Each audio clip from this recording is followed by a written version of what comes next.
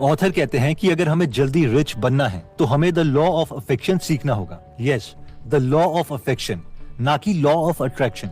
Law of attraction को आप science या किसी इक्वेशन की मदद से प्रूफ नहीं कर सकते, लेकिन कोई भी इस बात से डिसएग्री नहीं कर सकता कि 2 + 2 = 4, या फिर 1 लाख कस्टमर्स आपको अगर ₹1 का प्रॉफिट दे रहे हैं तो ये हमेशा ज्यादा होगा एज कम्पेयर टू 100 कस्टमर्स जो आपको ₹1 का प्रॉफिट दे रहे हैं। हमें मैथ्स कैलकुलेशंस पर विश्वास करना है, ना कि किसी फिक्शन पर।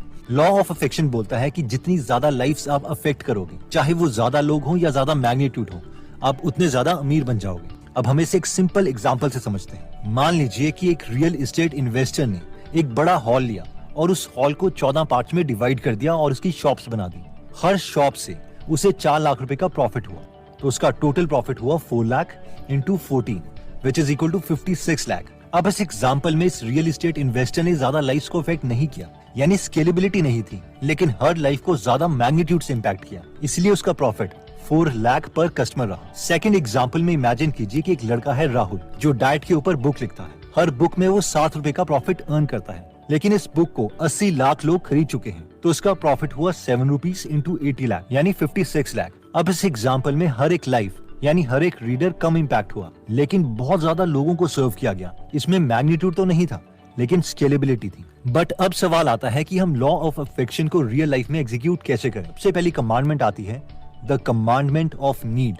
दीक्षित को मार्शल आर्ट्स बहुत पसंद था और उसे इस आर्ट को लोगों को सिखाना भी बहुत अच्छा लगता था। उसने बहुत सी ऐसी बुक्स पढ़ी जिसमें लिखा था डू व्हाट यू लव, यानी वो चीज करो जिससे तुम्हें प्यार हो। और इसी एडवाइस को सुनकर उसने एक मार्शल आर्ट ट्रेनिंग स्कूल भी खोल दिया, लेकिन 10 महीने के बाद वो फेल हो गया। अब आप सोचे होंगे क्यों?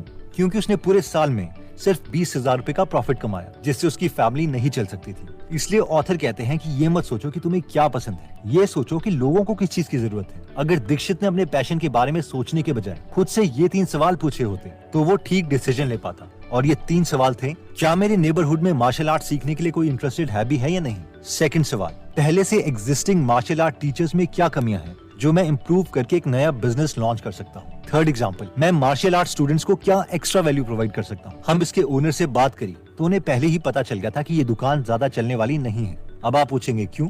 वो इसलिए क्योंकि उसका ओनर अपने पैशन को फॉलो करके एक हिप हॉप स्टोर खोलना चाह रहा था, लेकिन आसपास कोई हिप हॉप का कल्चर नहीं था। उसी स्टोर के 10 मीटर की दूरी पर एक बुजुर्गों का केयर सेंटर था। और क्या आपको लगता है कि कोई बुजुर्ग इंटरेस्टेड होगा इस हिप हॉप कल्चर में? ऑब्वियसली नहीं। इसलिए उन्हें पता था कि स्टोर में कमांडमेंट ऑफ नीड के रूल को फॉलो नहीं किया गया और इसलिए नहीं चलेगा। और जब ये स्टोर खुला तो वो चला भी नहीं।